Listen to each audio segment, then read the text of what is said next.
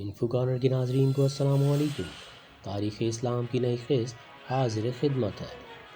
دنیا کے دوسرے گوشوں میں اسلام کی دعوت۔ سن 6 ہجری میں صلح حدیبیہ کے بعد یہ اطمینان ہو چکا تھا کہ یہ معاہدہ 10 سال کا ہے۔ اس عرصے میں قریش کی طرف سے مخالفت نہیں ہوگی اور اسلام کی اشاعت اور تبلیغ کا کام بھی عرب کی حدود میں تیزی سے ہو رہا تھا۔ اس لیے حضرت صلی اللہ علیہ وسلم نے اسلام کی روشنی دنیا کے دوسرے گوشوں میں پھیلانے کے لیے سلاطین عالم کو اسلام کی تبلیغ کے لیے دعوتی خطوط ارسال کرنے کا ارادہ کیا، کیونکہ اسلام ایک عالمگیر مذہب تھا۔ عرب بھی نہیں، ساری دنیا میں اسلام کی روشنی پھیلانی تھی۔ آپ صلی اللہ علیہ وسلم نے چند معزز صحابہ کو یہ خدمت انجام دینے کا حکم دیا، جن حکمرانوں کو آپ نے دعوتی خطوط ارسال کیے۔ ان میں قیصر روم، شہنشاہ ایران، بادشاہ حبش، نجاشی اور عزیز مصر، دیگر رؤسائے عرب جو اب تک اسلام کی نعمت سے محروم تھے، شامل ہیں۔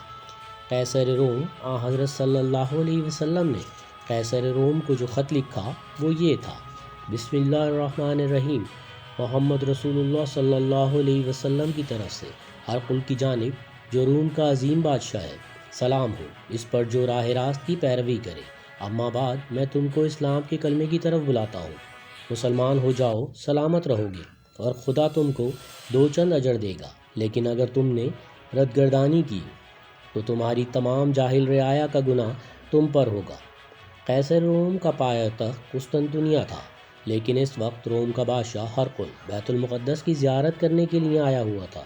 مسلمان سفیر حبیبہ کلبی رضی اللہ تعالیٰ عنہ نے حضور صلی اللہ علیہ وسلم کا دیا ہوا دعوت نامہ بصرہ کے رئیس کو دے دیا، جس نے بیت المقدس روانہ کر دیا۔ جب ہرقل کو یہ خط موصول ہوا تو اس نے کسی عرب کو دربار میں حاضر ہونے کے لیے کہا۔ اتفاق سے ابو سفیان اس وقت دربار میں لایا گیا، جو ان دنوں تجارت کی غرض سے شام گیا ہوا تھا۔ ابو سفیان سے جب حضور صلی اللہ علیہ وسلم کے متعلق دریافت کیا گیا تو اسلام کا دشمن ہونے کے باوجود اس کی زبان حضور صلی اللہ علیہ وسلم کے متعلق سچ بات کہنے پر مجبور ہو گئی، اور ابو سفیان کی زبان سے نہ حضرت صلی اللہ علیہ وسلم کے خلاف اخلاق اور کردار کا حال سن کر ہرقل بہت متاثر ہوا، اور عین ممکن تھا کہ وہ اسلام کی دولت سے مالا مال ہو جاتا، لیکن اس کے درباری اور امراء حضرت صلی اللہ علیہ وسلم کے متعلق اس کے خیالات سن کر برہم ہوئے، جس سے ہرقل کو اپنی بادشاہت خطرے میں نظر آئی، اور دین پر ہرقل نے بادشاہت کو ترجیح دی، جو شاید اس کی سب سے بڑی بھول تھی۔ نجاشی۔ حضور صلی اللہ علیہ وسلم نے نجاشی کو جو خط لکھا، اس کا مضمون یہ تھا: بسم اللہ الرحمن الرحیم، محمد رسول اللہ کی جانب سے نجاشی بادشاہ حبشہ کی جانب اسلام قبول کرو۔ میں تمہاری طرف خدا کی حمد بھیجتا ہوں، جس کے سوا کوئی معبود نہیں۔ وہ بادشاہ ہے، پاک ہے، ساری عیوب سے سالم ہے، اپنے رسولوں کی تصدیق کرنے والا ہے، اور اپنے بندوں کو قیامت کے میدان میں امن دینے والا ہے۔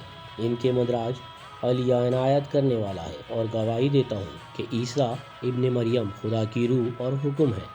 خدا نے اس کو مریم بطو پاک مہسا پر ڈالا، جس سے وہ حاملہ ہوئی، تو خدا نے حضرت عیسیٰ علیہ السلام کو اپنی روح سے پیدا کیا، جس طرح آدم کو اپنے ہاتھ سے پیدا کیا۔ میں تم کو خدا عزوجل کی طرف بلاتا ہوں۔ میں نے خدا کا حکم پہنچا دیا اور نصیحت کر دی، تم میری نصیحت قبول کرو اور اسلام پر جو راہ راست کی پیروی کرے۔ حبش کا بادشاہ نجاشی تھا، اسے اسلام اور حضرت صلی اللہ علیہ وسلم کے متعلق علم تھا، کیونکہ ہجرت مدینہ سے پہلے مسلمان اس کے دربار میں جا چکے تھے، اور اس کی زبانی وہ اسلام سے متعارف ہو چکا تھا۔ حضرت صلی اللہ علیہ وسلم کی طرف سے مسلمان سفیر عمرو بن امیہ نجاشی کے دربار میں خط لے کر حاضر ہوئے۔ اس خط میں اسلام کے اصولوں کی وضاحت کی گئی تھی، جسے پڑھ کر نجاشی، جو مسلمانوں کی ہجرت حبشہ کے موقع پر ان سے متاثر ہو چکا تھا، اور حضرت جعفر رضی اللہ تعالیٰ عنہ جو اس وقت حبشہ میں ہی تھے، ان کے ہاتھ پر اسلام قبول کر کے اس سعادت کو قبول کیا، اور حضرت صلی اللہ علیہ وسلم کے خط کا جواب بھی ارسال کیا، جس میں تحریر کیا کہ میں اقرار کرتا ہوں کہ آپ صلی اللہ علیہ وسلم خدا کے سچے رسول ہیں۔ میں نے آپ صلی اللہ علیہ وسلم کے چچا زاد بھائی کے ہاتھ پر جناب کی بیعت کر لی ہے، اور جناب کی خدمت میں اپنا فرزند روانہ کر رہا ہوں۔ اگر آپ صلی اللہ علیہ وسلم کی منشا ہو تو میں خود بھی حاضر خدمت ہو جاؤں۔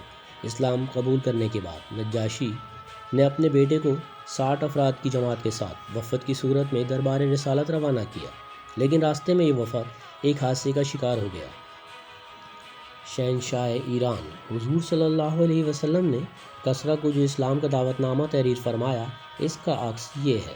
بسم اللہ الرحمن الرحیم، محمد رسول اللہ کی جانب سے کسریٰ بزرگ فارس کو سلام ہو، اس پر جو راہ راست کی پیروی کرے اور ایمان لائے اور خدا پر اور خدا کے رسولوں پر اور گواہی دے خدا ایک ہے اور اس کا کوئی شریک نہیں، اور محمد خدا کے بندے اور رسول ہے۔ تجھ کو خدا کی طرف بلاتا ہوں، اسلام قبول کرو، اگر تم نے انکار کیا تو سارے مجوس کا وبال تم پر ہوگا۔ اس زمانے میں شہنشاہ ایران خسرو پرویز تھا۔ خسرو پرویز قرور و نقود کا ایک مجموعہ تھا۔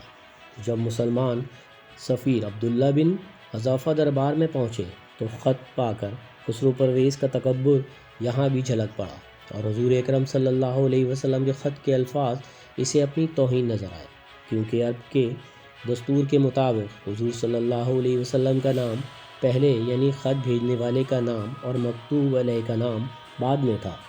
اس خط کو پڑھ کر خسرو پرویز طیش میں آ گیا اور نام مبارک قاصد کے سامنے چاک کر ڈالا، اور یمن کے گورنر کو حضور صلی اللہ علیہ وسلم کو گرفتار کرنے کا حکم دیا۔ لیکن جب شہنشاہ ایران کے آدمی حضور صلی اللہ علیہ وسلم تک پہنچے تو حضور صلی اللہ علیہ وسلم نے فرمایا کہ ایران کے بادشاہ سے کہہ دو کہ اسلام کی حکومت کسریٰ کے پائے تخت تک پہنچ جائے گی۔ لیکن قاعدے کے پہنچنے سے پہلے ہی خسرو پرویز اپنے بیٹے کے ہاتھوں قتل ہو چکا تھا۔ اس طرح اس کا یہ غرور خاک میں مل چکا تھا، گویا نام مبارک کی بے حرمتی کی سزا اسے مل گئی۔